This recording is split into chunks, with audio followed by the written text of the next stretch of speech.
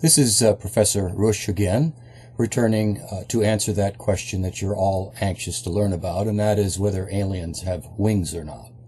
Now, in the previous YouTube entry, I briefly discussed natural events that occurred somewhere around 5600 BC with global warming and the flooding of the Black Sea and that area that is called the Persian Gulf today, drowning thousands of people. And there is research to substantiate this. These disasters were of epic proportions and led to the Noah's Ark story. Now, did you know that there are true believers still attempting to find the ark that Noah sailed around in the mountains of Ararat in eastern Turkey? This is a confusion of the symbol with its reference. Now, between 3200 BC and 2300 BC, a meteor approximately 1.2 kilometers in size airburst over Kofels, Austria. This, according to Alan Bond and Mark Hempsel, was recorded by Sumerian astronomers on what is called the planisphere. This round clay tablet and its contents, if you look at the previous video, you'll be able to see this, was used by Sitchin to conclude that aliens visited our planet.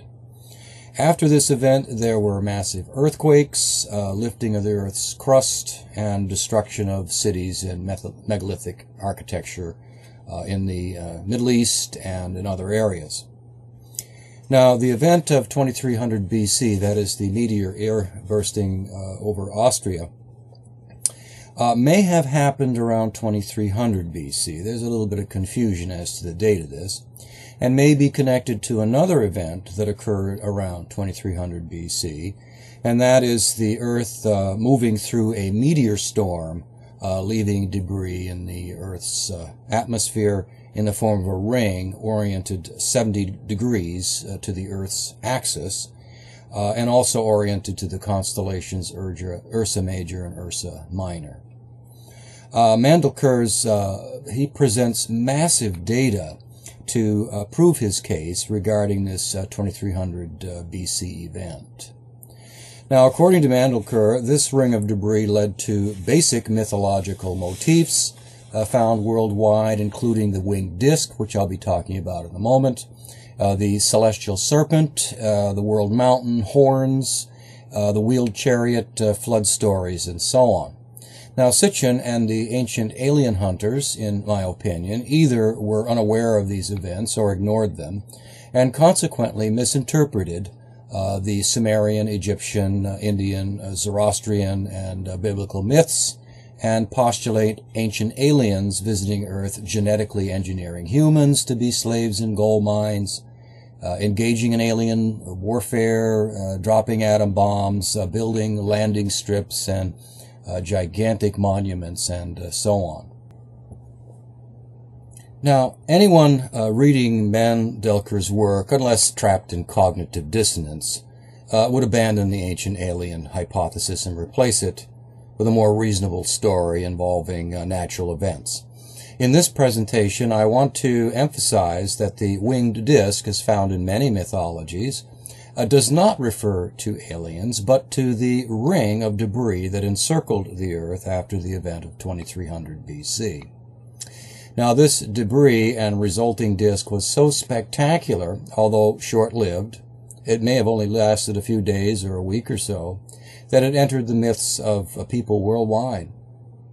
The symbols and/or metaphors chosen to represent this disc, that is the winged disc, serpents, wheels, wheeled chariots, and so on, transformed through times into angels, gods riding in boats, the halo, the nimbus, and so on, once the original event was lost, as memory certainly fades, and is replaced by a storyline to fit the social and political events. For example, the Jews' position that Joshua knocked down the walls of Jericho by blowing horns. Jericho was destroyed, yes, but by earthquakes. It's also my position, as stated elsewhere, and you can read this in Failed God and the Mushroom and Christian Art, that the story elaboration and the morphing of these symbols into the storyline that comes down to us today in the Bible and the Quran, for example, was amplified and reinforced through the use of powerful mind-altering substances, including cannabis, Amanita muscaria, henbane, and so on. There's a great deal of literature to back up this particular position. In this first image, we can see a number of winged discs as imagined in ancient Egypt, the Sumerian tradition, and even Nazi Germany, as you can see on the bottom right. Referring to the winged disc and angels, Sitchin admits that aliens most likely don't have wings, but the images of winged beings in Sumerian and Egyptian art, and written references in the Indian Mahabharata, Zoroastrian images, and so on, are analogues of mythic representations of these aliens. My one comment to this is very simple. If the winged disc, which morphed into other representations, is a metaphor of the ring of debris left when the Earth passed through the meteor shower, then that explains the images. This seems a more reasonable explanation than aliens from the 12th planet. One must admit, however, that the idea of aliens is very enticing, especially with the advent of science fiction writers postulating aliens coming to Earth for various reasons. One might, however, put that hypothesis aside and consider the more reasonable explanation, that is, natural processes leading to catastrophic events.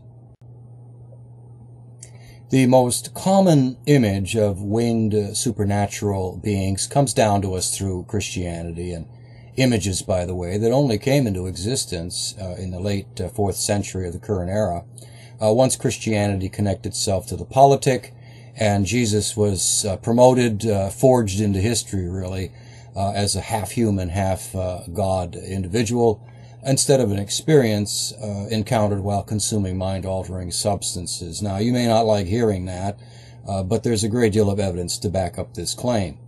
Early human attempts at flying, at least as a mythic theme, can be traced to the Greeks and Daedalus, who made wings as a means of escaping Crete, and King Minos. Leonardo da Vinci had drawings of wings for personal flight, but actual flight had to wait until more modern times, first with hot air balloons, and eventually the airplane. In terms of Christianity and the myth of a God in heaven, his messengers need a method of transport to Earth, and the most obvious solution were winged, asexual, human-looking beings. The Catholic Church to this day encourages the belief in angels as displayed in their art. In other words, angels, like Jesus, are to be considered historical fact, just as the devil is to be considered as historical fact as well. Let me lead you through some of the categories of angels as postulated in Christian writings. Here we see St. John the Evangelist surrounded by 6 winged beings called seraphs. They are the closest thing to God. Seraph means firemaker. Notice in the image on the left the interesting configuration of the wings. On the right is a drawing of this entity, and by the seraph's feet are thrones, representing the wheeled chariot in which the God traverses the universe. Now, if you look closely, you will see in St. John's lap the sacrificial lamb. Let me show you the sacrificial lamb. Here we see blood on wool, or the sacrificial lamb. But this isn't blood on wool. It is a seraph. This is the dried cap of the Amanita muscaria, the holy mushroom, that takes you to God's place. Seraph, as I mentioned, means firemaker, which, in my opinion, represents the initial effects of the mushroom once ingested. It burns like fire. It makes you sick, and then you're with God. The next highest order of angels after the seraph is the cherub, or cherubim, which comes from the earlier caribou, an Akkadian winged being noted on the far right. This carved image dates to somewhere around 900 BC and was stolen from a palace in northern Iraq by the British many years ago and is now in the British Museum. In this slide we see on the left Jesus in majesty, flanked by 2 cherubs who know God's secrets. Notice the mushroom shape in the clothing of the cherub on the left. This is the path to God. To the left of Mother Mary is St. Paul, a fictitious character, but if you look closely at his feet, you will notice the foot of the saint in the yellow garb in a very awkward position. Note the mushroom formed by Paul's alb, while the stalk of the mushroom comes through as part of the floor. Are these really mushrooms? In my opinion, yes, and you'll have to consult all the images in the Mushroom and Christian Art book to get the point of this. These mushroom shapes or motifs do not occur in secular art of the same time period. The mushroom proper and its motif analogues are only in the sacred art. Now, both these mushroom images are motifs or analogues of the mushroom, but the mushroom, as I said, likewise is part of this art style. Some of these can be clearly seen in my first 2 presentations on this YouTube site. Now, I'm only going to run quickly through a series of angels. Here in this slide we see the dominion on the left and the virtue on the right. Then in this next slide there are the powers on the left and the principalities on the right. Then there are the archangels. Here we see Gabriel or Gabriella on the left and Michael in the center. On the far right, that would be a guardian angel. Michael, heaven's mightiest defender, in all probability came into Christianity from ancient Egypt, as did many features, morphing from Anubis, the god of embalming and guide to the scales of the underworld.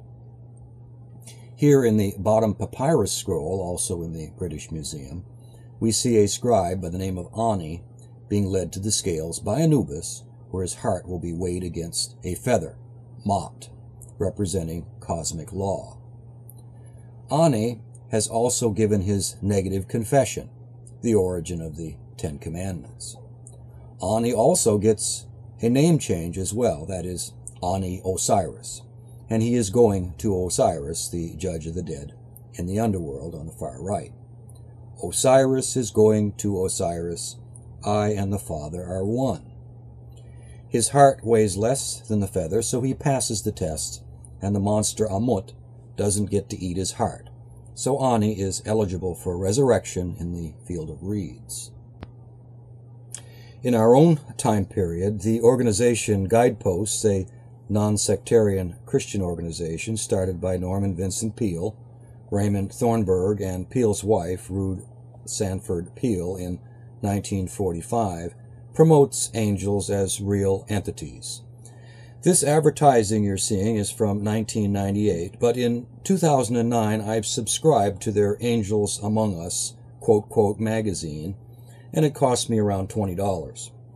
I was expecting to receive 6 issues of a glossy magazine like you'd get at the newsstand, plus a calendar, and maybe, if I was the first 100 to apply, an angel Afghan.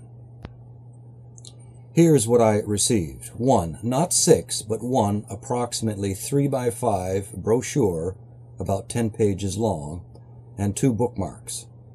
I never received the calendar, and the Afghan, I'm not sure it ever existed. The bookmark in the center is of interest. Note the mushroom clasp holding the angel's garment together. Now, this organization, that is Guideposts, in my opinion, and like the Catholic Church, in my opinion, promotes psychosis, as do, in my opinion, the ancient alien hunters. I say in my opinion because I'm allowed to have an opinion. We can see then how over a period of about 4,000 years, the story morphs from the description of natural events to myth, and finally the mythic frames of reference are turned into angels, or God's messengers, and aliens. Both angels and aliens are presented as fact by those, in my opinion, unwilling to engage critical thinking. Now, in my next presentation, I'll consider gene splicing, which Sitchin and the ancient alien hunters believe is represented in the composite gods that are encountered in ancient Egypt.